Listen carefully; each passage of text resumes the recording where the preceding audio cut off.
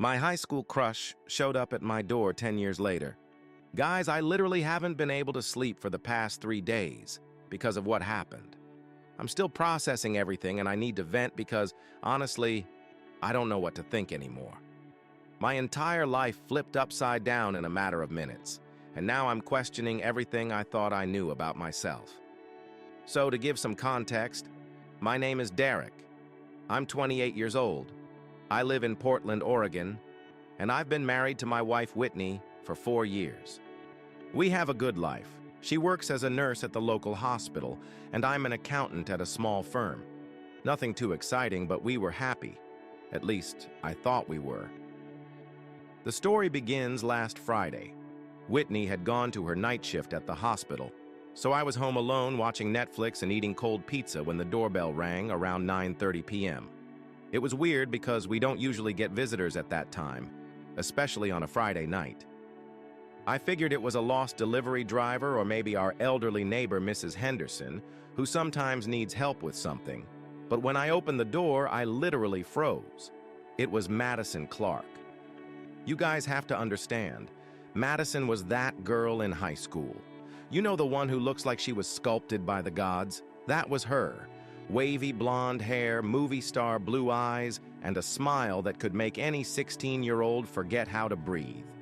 She was captain of the cheerleading squad, always surrounded by the most popular guys, and I was the nerd who ate lunch alone in the chemistry lab. I had a devastating crush on this girl all through high school. I'm talking about the kind of teenage obsession that eats away at your soul.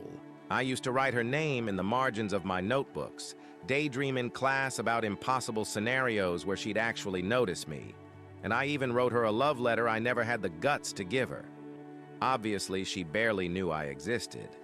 We were from completely different worlds. So imagine my shock when she shows up at my door 10 years later, looking even more stunning than I remembered. She was wearing a blue dress that matched her eyes perfectly. Her hair was a bit shorter but still flawless, and she had this air of determination, like she had come here with a very specific purpose. I stood there like an idiot for a good 10 seconds before I managed to say anything. I asked what she was doing there, how she got my address, and she just smiled. That same smile from high school that used to melt my teenage brain. She said she needed to talk to me about something important and asked if she could come in. I was so confused and shocked that I let her in without even thinking. I offered her something to drink, she asked for water, and we sat down in the living room. The silence was heavy and I couldn't stop staring at her, trying to figure out if this was real or if I was hallucinating. Then she started talking, and what she said changed everything. Madison told me she always knew I had a crush on her in high school. She said she noticed how I looked at her in the hallways, how nervous I got when she walked by, and that once she even found a letter I dropped from my notebook. The love letter I mentioned. She never said anything back then because she was dealing with her own family issues and didn't know how to handle the situation. But here's the part that completely floored me. She said she had feelings for me too. I know. It sounds like a teen romance movie. But then she started telling me details only someone who really paid attention to me would know. Like how I always used the same blue pen to take notes, how I messed up my hair when I was nervous during presentations, how I always sat in the same spot in the library during lunch breaks. She said that at the time she felt huge pressure to maintain a certain image and date the popular guys because of her complicated family. Her dad was a big-shot executive in town, and her mom was obsessed with social status. Madison felt like she had no choice but to play the role everyone expected of her, even if that meant ignoring her real feelings. After graduation, she went to UCLA to study communications, but she said she never managed to forget about me. She tried dating other guys, even got engaged once, but always felt like something was missing. That's when she decided to look me up to see if I still felt the same and if maybe it wasn't too late to try something. Guys, I don't even know how to describe what I felt in that moment. It was like all the emotions from my teenage years came rushing back. That old crush I thought I had buried long ago came back with terrifying intensity. My heart was beating so loud I was sure she could hear it. But then I remembered, I'm married. I have a wife I love, a life we've built, responsibilities. And here was the girl of my teenage dreams telling me exactly what I would have given anything to hear 10 years ago. I tried to explain everything to her, about Whitney, about my marriage, about how my life is different now. Madison listened calmly, then said something that confused me even more. She said she had looked me up before coming, that she knew I was married, but she couldn't go on without at least trying to find out if there was still a chance for us. She started talking about how she regretted not being brave enough in high school, how she always wondered what our life would have been like if she'd given us a shot, how every relationship she's had since then felt empty compared to the way she felt when she thought of me. And here's the part that's been haunting me the most. She said she wasn't asking me to leave my wife immediately. She just wanted me to know how she felt, and that if I ever decided I wanted to explore what we might have had, she'd be waiting. She handed me a card with her phone number and said she'd be staying in town for a few weeks at the Holiday Inn downtown. Then she got up, kissed me on the cheek, longer than a normal friendly kiss, and walked out, leaving nothing but her perfume in the air and my world completely upside down. I haven't been able to stop thinking about it since. When Whitney got home that night, I tried to act normal, but she immediately sensed something was off. She said I seemed distant and asked if everything was okay. I lied and said I was just tired from work. But the truth is, I'm completely lost. On one hand, I love my wife. Whitney is amazing, kind, smart, supportive, and we've built a solid life together. She doesn't deserve me having thoughts about another woman, especially not someone from my past who appeared out of nowhere.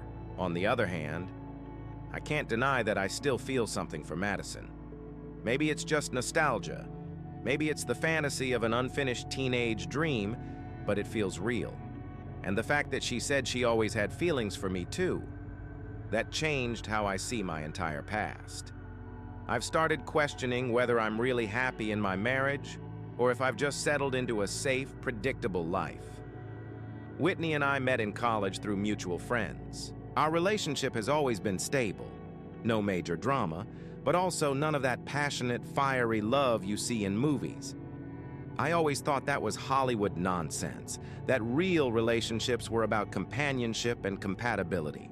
But now I'm wondering if I'm settling for less than I could have. What if Madison really is the love of my life and I'm wasting my only chance to find out? At the same time, I know this sounds insane. You don't throw away a 4-year marriage over a teenage fantasy that might not lead anywhere. Madison could be romanticizing our past just as much as I am. Maybe if we tried something now, we'd find we have nothing in common beyond a high school crush that never played out. But what if we do have something? What if we really are meant to be together and I'm throwing away the chance of a lifetime? Her card has been in my wallet for 3 days. I've pulled it out probably 50 times, even typed the number into my phone, but I haven't had the courage to call. I don't even know what I'd say if she answered. To make things worse, yesterday Whitney brought up the idea of having kids. She said she's been thinking about it a lot lately and feels like we're ready. Normally, I'd be excited about that conversation. But all I could think was how unfair it would be to bring a child into the world while I'm having these confused feelings about someone else. I tried looking Madison up on social media to get a better sense of her life now, but she doesn't have much public content. From what I could gather, she works as a marketing consultant in Los Angeles and seems to have a successful life. I didn't see any photos with a boyfriend or husband. That just made my curiosity grow even more. It's affecting my work, too. Yesterday, my boss mentioned that I seemed distracted during an important meeting. I can't focus on anything except this. My mind is stuck in an endless loop trying to solve a problem that might not even have a solution. I talked to my best friend Jake yesterday, without giving him the full story. I just said I was going through a tough time in my marriage and questioning some things. He told me that's normal after a few years of marriage, that everyone goes through phases, and the important thing is not to make impulsive decisions. But this doesn't feel like a normal phase. It feels like something much bigger, like the entire course of my life could change, depending on what I decide now. Today is Monday, and I still haven't called Madison, but I haven't thrown the card away either. It's still in my wallet, like a ticking time bomb waiting to go off. Whitney's working the afternoon shift today, so I'll be home alone again. Part of me is afraid Madison will show up at my door again. Another part of me is secretly hoping she does. I know I need to make a decision soon. I can't keep living in this uncertainty. It's not fair to me or to Whitney. But how do you choose between the safety of a life you know and the possibility of something extraordinary or a complete disaster? If you were in my shoes, what would you do? Is it worth risking everything for a chance to find out if Madison and I truly have something special? Or should I let this go and focus on building a stronger future with my wife? Because honestly, I have absolutely no idea what to do.